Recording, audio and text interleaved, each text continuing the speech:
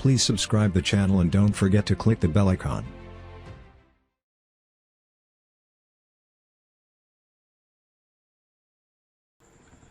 बिस्मिल्लाहिर्रहमानिर्रहीम। Welcome to Botanica. तो जैसा कि हम बात कर रहे थे ऑक्सीडेटिव फास्फोराइलेशन की या इलेक्ट्रॉन ट्रांसपोर्ट चेन की, कि how the electrons are transported, electrons are carried from one electron carrier to another in the inner mitochondrial membrane. So we have discussed the pathway of the electron. Now we are discussing about this particular topic is about the production of ATP. How the ATPs are produced when the electrons are moved or electrons are carried from one carrier molecule to the another. जहाँ तक हमने previously बात की थी उसमें हमने जितनी भी डिस्कशन की थी उसमें कहीं भी ऑक्सीडेटिव फास्फोराइलेशन में एनर्जी की प्रोडक्शन की हमने बात नहीं की थी। तो एनर्जी कैसे प्रोड्यूस होती है, किस तरीके से, कौन सा मैकेनिज्म उसमें इन्वॉल्व है। So now we are going toward we are proceeding toward the chemiosmotic coupling concept और chemiosmotic model.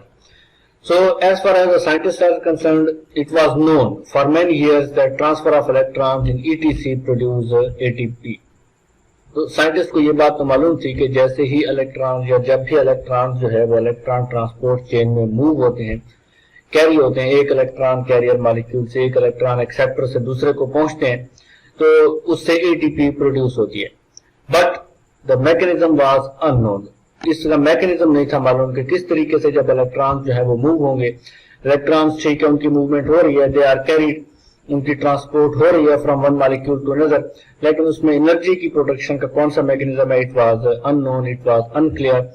So just how, किस तरह एटीपी प्रोड्यूस होती है, ATPs were synthesised remained a mystery until 1961.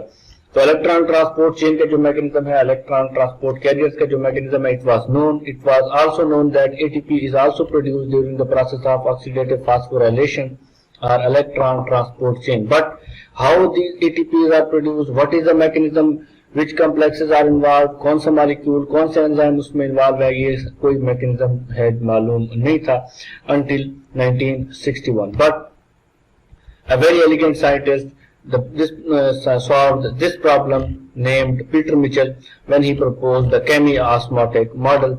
उसने क्या किया, उसने एक मॉडल प्रपोज किया कि how the energy is produced during the process of electron transport chain, कि किस तरह इलेक्ट्रॉन ट्रांसपोर्ट चेन जो है या इलेक्ट्रॉन्स की जो ट्रांसपोर्ट है, it is coupled with the production of ATP. इसीलिए इसको केमी ऑस्मोटिक कपलिंग भी कहा जाता है. कपलिंग का क्या मतलब है कि इसमें इलेक्ट्रॉन ट्रांसपोर्ट जो है it is coupled with the production of ATP. So that's why this is also known as chemiosmotic model या केमी ऑस्मोसिस भी इसको कहते हैं. These all are the terms which are used for this particular concept. So simply, तो जहां तक अगर हम बात करें इसकी डेफिनेशन की, अगर सिंपल टर्म्स में हम बात करें, प्रिसाइज वर्ड्स में बात करें, तो this model states that the link between electron transport and ATP synthesis. तो क्या है, इलेक्ट्रॉन ट्रांसपोर्ट और एटीपी सिंथेसिस के दरमियान में एक लिंक मौजूद है फास्फोराइलेशन में या ऑक्सीडेटिव फास्फोराइलेशन में और इलेक्ट्रॉन ट्रांसपोर्ट चेन में. और वो लिंक क्या है, that is proton gradient which is established across the membrane. तो आगे जब हम डायग्राम देखेंगे तो यहाँ तक आपने इस डेफिनेशन को या इस प्रिसाइज उसके मॉडल को आपने समझना है. 2 लाइन में जब हमने उसके मॉडल को बयान कर दिया कि ये जो मॉडल है, दिस मॉडल स्टेट्स दैट कि इलेक्ट्रॉन ट्रांसपोर्ट के साथ जो है वो एटीपी की जो सिंथेसिस है दैट इट इज कपल्ड. अब वो कपल्ड है, अब वो कौन सी चीज उनको लिंक करती है, that is a proton gradient. Protons क्या चीज है, these are actually hydrogen ions. Hydrogen ions का जो ग्रेडियंट बनता है, that particular hydrogen ions are proton motive force which is also called that is established across the membrane. It links the electron transport and ATP synthesis. So Mitchell was awarded Nobel Prize in 1978. तो 1978 में 1978 में उसको इस scientific contribution के लिए जो उसने केमी ऑस्मोटिक मॉडल प्रपोज किया उसको नोबेल प्राइज भी अवार्ड किया गया. So now we take a look at it. So ये जो here we have glycolysis, pyruvate, citric acid cycle and color coded scheme is oxidative phosphorylation and we are here. हमने oxidative phosphorylation phase के electron transport chain का जो mechanism है वो हमने बयान कर दिया था. अब हम कहाँ पे हैं, एटीपी प्रोडक्शन के जो मैकेनिज्म है, किस तरह एटीपी जो है वो प्रोड्यूस होती है. So here is the mitochondrial matrix. This is the inner mitochondrial matrix, inner mitochondrial membrane, and here is the intermembrane space. यहाँ पे outer membrane है for example, and here we have a intermembrane space between the two membrane of the mitochondria. So as we seen previously, here are the 4 complexes. 4 complexes involve होते हैं electron की transport के लिए, लेकिन ये 4 complexes जो है सिर्फ इलेक्ट्रॉन की ट्रांसपोर्ट नहीं कर रहे होते, बल्कि they are also transporting hydrogen ions. असल में क्या होता है, when these high energy electrons coming from the NADH, when they are transported here, वो जब ट्रांसपोर्ट होते हैं कॉम्प्लेक्सेस के साथ, तो दिस इज द एक्सर्गोनिक प्रोसेस. उससे एनर्जी जो है वो एक मॉलिक्यूल से, एक कैरियर मॉलिक्यूल से दूसरे कैरियर मॉलिक्यूल को या इलेक्ट्रॉन एक्सेप्टर को जा रही है. तो इसके साथ साथ कुछ एनर्जी जो है that is also here used to pump hydrogen ions which are present in the matrix towards the intermembrane space. So here is a complex one. जब NADH जो है, NADH से इलेक्ट्रॉन्स जो है आइसोलेट किए जाते हैं, सेपरेट किए जाते हैं, it is converted into NAD, और यहाँ पे उसको प्लास्टोक्विनोन को या हम उसको इलेक्ट्रॉन जो है वो एक्सेप्ट करता है. तो hydrogen ions are also transported along with the electrons. So this particular complex one we have seen previously, it is also involved in the movement of hydrogen ions from the inner mitochondrial matrix to the intermembranal space. जहां तक second complex की बात है, complex 2 is not involved in the movement of protons, और complex 3 भी यही करता है जो कॉम्प्लेक्स 1 का फंक्शन है कि it is also transporting hydrogen ions along with the electrons. Electron का जो पाथवे है वो वही है जो हमने पहले डिस्कस किया था, लेकिन उस इलेक्ट्रॉन के पाथवे में हमने पहले भी देखा था कि there is no energy production, सिर्फ इलेक्ट्रॉन जो है वो ट्रांसपोर्ट हो रहे हैं. But the plant needs or animal or cell need energy. उसको एनर्जी चाहिए इन इलेक्ट्रॉन से, because the whole steps glycolysis, Krebs cycle, pyruvate oxidation, and now in the oxidative phosphorylation, these all steps are carried out to isolate energy from the food molecule. तो cell को जो है वो energy चाहिए. अगर ये electrons जो हैं ये इसी तरह ट्रांसपोर्ट होते रहे तो cell will get no energy. Cell को कोई एनर्जी हासिल नहीं हो रही. सेल को क्या चाहिए, एनर्जी चाहिए, और वो एनर्जी कैसे प्रोड्यूस होगी वो अभी हम बात कर रहे हैं. So here we have, so this particular complex is involved in the movement of hydrogen ions. इसके बाद जब हम बात करते हैं हाइड्रोजन आयंस की, complex 3 is also involved in the movement across the membrane of the hydrogen ions, और complex 4 भी along with the electron transport, it is also transporting hydrogen ions, or which we also called protons. और ये जो यहाँ पे hydrogen ions की या protons की कंसंट्रेशन जो है वो ज्यादा होती है, इसको हम प्रोटॉन मोटिव फोर्स भी कहते हैं, जिसको PMF भी लिखा जाता है, which is called proton motive force. So what happens here, these particular complexes, when they transport electrons, they are also transporting hydrogen ions along with it. तो क्या होगा, ये जो हमारे पास इंटरमेम्ब्रेन स्पेस है, here the concentration of the proton is increased.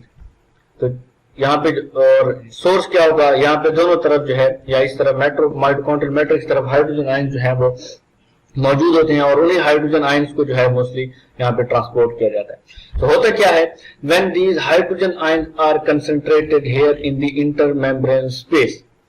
So now this particular membrane, which we call inner mitochondrial membrane, it is impermeable to these hydrogen ions or to these protons, which are present in the inner membrane, intermembrane space. अब ये जो hydrogen ion यहाँ पे मौजूद है, जिनकी concentration बहुत ज्यादा इंक्रीज हो गई है, ये इलेक्ट्रॉन ट्रांसपोर्ट चेन की वजह से hydrogen ion they are transported, क्योंकि वो एनर्जी यूज करके ट्रांसपोर्ट हो रहे हैं, तो वो सिंपली डिफ्यूजन के थ्रू ट्रांसपोर्ट नहीं हो रहे, जिसका मतलब है यहाँ पे उनको पंप किया जा रहा है इंटरमेम्ब्रेन स्पेस की तरफ. उनकी कंसंट्रेशन जो है वो एक्टिव एनर्जी यूज की जा रही है, तो उसको क्या किया जा रहा है, वो इंक्रीज होती जाएगी. But this particular membrane is impermeable. अब इन हाइड्रोजन आयंस ने इंटरमेम्ब्रेन माइटोकॉन्ड्रियल मैट्रिक्स की तरफ जो है वो वापस आना है. These hydrogen ions have the tendency to be transported back towards the mitochondrial matrix. इनमें ये टेंडेंसी मौजूद है कि इन्होंने वापस इसी माइटोकॉन्ड्रियल मैट्रिक्स में ही आना है, बिकॉज इसके बाहर तो माइटोकॉन्ड्रिया की आउटर मेम्ब्रेन है. So now when these hydrogen ion, इनके पास और कोई रास्ता भी नहीं है दोबारा माइटोकॉन्ड्रियल मैट्रिक्स में एंटर होने का, because this is the all membrane, और मेम्ब्रेन से वो that particular membrane is impermeable. Only one way is present to, किसके लिए, कि वो दोबारा वापस माइटोकॉन्ड्रियल मैट्रिक्स में ट्रांसपोर्ट होने के लिए, और वो कौन सा रास्ता है, दैट इज अ मल्टी सब unit large protein a large complex which we call ATP synthase. तो हमने पहले भी डिस्कस किया था कि ये जो अगर हम इलेक्ट्रॉन ट्रांसपोर्ट चेन की बात करते हैं तो इलेक्ट्रॉन ट्रांसपोर्ट चेन में हमारे पास 4 कॉम्प्लेक्सेस आते हैं जो हमने डिस्कस किए थे. Here is the 1, 2, 3 and 4 complex. और ये हमारे पास जो 5th कॉम्प्लेक्स है, अगर हम उसको ऑक्सीडेटिव फास्फोराइलेशन की बात करते हैं, so we will discuss the here are 5 complexes और 5th वन कॉम्प्लेक्स हमारे पास कौन सा है, that is ATP synthase. So what happens here, ये हाइड्रोजन आयंस क्या करते हैं, ये हाइड्रोजन आयंस मूव होते हैं किससे, एटीपी सिंथेस से. Now when these hydrogen ions move from intermembrane space to mitochondrial matrix through the ATP synthase.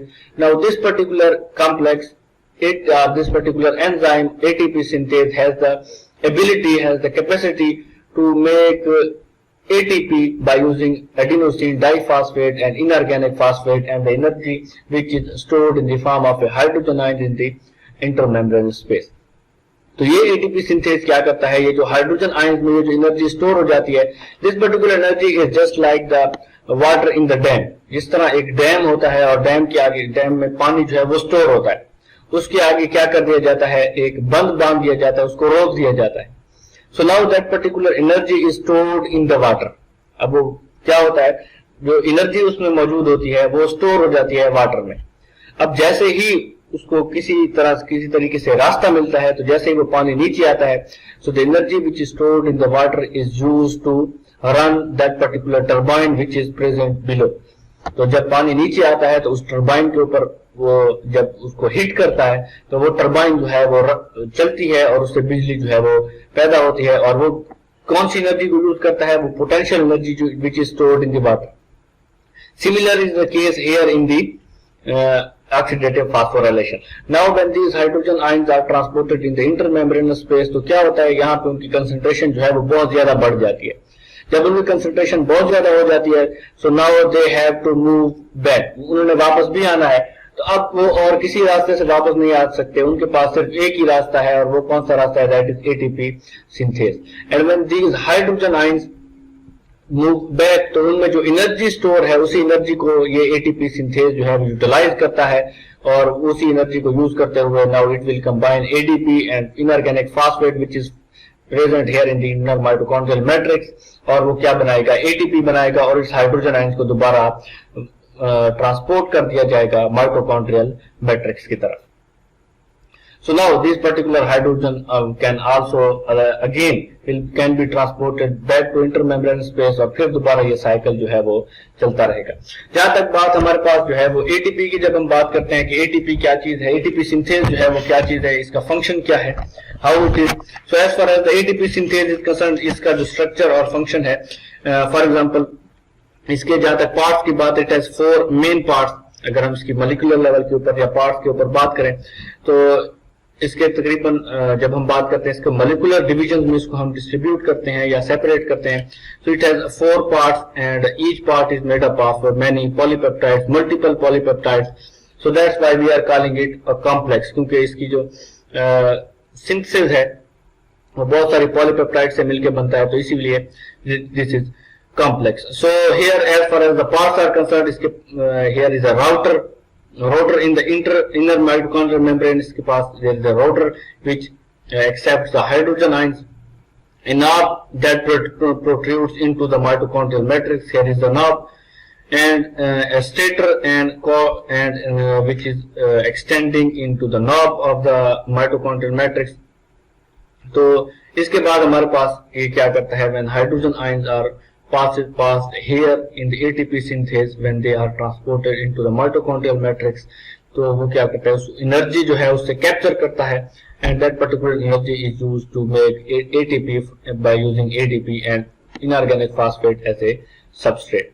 So now what is the concept here? यहाँ पे एक concept जो है 2 लाइन या 3 लाइन में अगर हम उसको बयान करना चाहें, a proton concentration gradient is formed here in the inner intermembrane space by the electron transport chain. Electron transport chain जब चलती है उसमें इलेक्ट्रॉन जब कैरी होते हैं, so now when this particular electrons when they are moved from one electron acceptor to another, the energy process is exergonic. So the energy which is lost or which is extracted, that particular energy during the electron transport chain, it is used to pump the hydrogen ions from mitochondrial matrix to intermembrane space. तो उस energy को use करके जो क्या है उसको intermembrane space में pump किया जाता है, और ये हाइड्रोजन आयन जहां पे उनकी कंसंट्रेशन जो है वो इंक्रीज होती जाती है, और होता क्या है at last there is a concentration gradient, एक ग्रेडियंट बन जाता है, एक डिफरेंस बन जाता है कि यहाँ पे हाइड्रोजन आयन की कंसंट्रेशन बहुत ज्यादा हो जाती है और यहाँ पे हाइड्रोजन आयन की कंसंट्रेशन जो है वो कम हो जाती है. Now cell also has to move these hydrogen ions back towards the mitochondrial matrix so that a balance can be created. तो क्या होता है when these hydrogen ions, और इन हाइड्रोजन आयंस के लिए और कोई रास्ता यहाँ पे मौजूद नहीं है, they have to move by using this ATP synthase into the mitochondrial matrix. And when these hydrogen ions move into the mitochondrial matrix by using the ATP synthase, this particular ATP synthase will use the energy which is stored like water in the dam, will utilize this particular energy, and by combining ADP and inorganic phosphate it will synthesize ATP. So most of the energy which is formed during the respiration, it is formed during the oxidative phosphorylation, और वो इसी तरीके से ही बनती है. So now this particular process which we call chemiosmotic coupling, a chemiosmotic concept, it is also called as oxidative phosphorylation. तो हमने पहले जब बात की थी phosphorylation, we have three types of phosphorylation. Photophosphorylation which occurs in the photosynthesis, ATP की synthesis जो photosynthesis में हो रही होती है, that is called photophosphorylation. The second was substrate level phosphorylation. Substrate level phosphorylation हमारे पास क्या है, वो जो ग्लाइकोलाइसिस और क्रेब्स साइकिल में जब सबस्ट्रेट से फॉस्फेट जो है रिमूव किए जाते हैं और एक सबस्ट्रेट से दूसरे सबस्ट्रेट को फॉस्फेट ऐड किया जाता है, तो उस वहां पे जो ATP बनती है, that is called substrate level phosphorylation. Now the ATP which is synthesized during the respiration or during the electron transport chain of the respiration, it is called oxidative phosphorylation. So here we have three types of phosphorylation: addition of phosphate, formation of ATP. यहाँ पे भी जब आप देखते हैं नीचे diagram में, here we have, यहाँ तक ये जो है this is electron transport chain. तो जब भी अगर आपसे इलेक्ट्रॉन ट्रांसपोर्ट चेन के कॉम्प्लेक्सेस का पूछा जाए तो we have only 4 complexes, 1, 2, 3 and 4. लेकिन अगर आपसे ऑक्सीडेटिव फास्फोराइलेशन का पूछा जाए, so now we are also making ATP synthase here as well. So now these are present in abundant quantity in the inner membrane, inner mitochondrial membrane. और energy क्या है यहाँ पे एटीपी सिंथेसिस के जरिए जो है वो फास्फोराइलेशन, ऑक्सीडेटिव फास्फोराइलेशन के जरिए जो है प्रोड्यूस होती है. ये this diagram we have also seen. So here we have वो सिमिलर डायग्राम है. तो यहाँ पे this is the pathway of the electron. ये जो सॉलिड लाइन, सॉलिड एरो तो आपको नजर आ रही है. This is ubiquinone pool. So when these electrons are transported from one electron acceptor, for example from FMN to ubiquinone, ubiquinone to cytochrome, cytochrome C to cytochrome A. So these are all electron acceptors or electron carriers. तो जब इनमें electron जो है वो carry हो रहा होता है, so the energy which is extracted, तो उससे कुछ एनर्जी जो है वो यूज करके हाइड्रोजन आयंस को पंप किया जाता है इंटरमेम्ब्रेन स्पेस की तरफ. Now this particular intermembrane space has abundance of hydrogen ions और प्रोटॉन, और उससे जो फोर्स जनरेट होती है हम उसको कहते हैं proton motive force. Now this hydrogen ions will move into the और back towards the mitochondrial matrix by using the path of ATP synthase. और जब ये हाइड्रोजन आयंस एटीपी सिंथेज के पाथ के जरिए, के रास्ते के जरिए जो उसको मुहैया किया जाता है, माइटोकॉन्ड्रियल मैट्रिक्स में एंटर होंगे. Now this particular enzyme, this particular complex has the tendency, has the ability, has the capacity to make ATP by using adenosine diphosphate and inorganic phosphate present in the mitochondrial matrix. So most of the energy which is produced during the respiration, it is formed by using this particular mechanism which we called chemiosmotic coupling. But remember, chemiosmotic coupling we have also discussed in the photosynthesis. जब photophosphorylation, उसमें भी mechanism यही use किया जाता है. उसमें space का difference है, क्लोरोप्लास्ट में हम बात करते हैं, बाकी भी बहुत सारे डिफरेंसेस है थोड़े से. तो रिमेंबर व्हेन यू, जब भी आपसे क्वेश्चन किया जाए सो उसको पहले समझे कि ये केमियोस्मोटिक कपलिंग या ऑक्सीडेटिव फास्फोराइलेशन की है या फोटोफास्फोराइलेशन की है, because this particular chemiosmotic coupling concept is also used in the photosynthesis.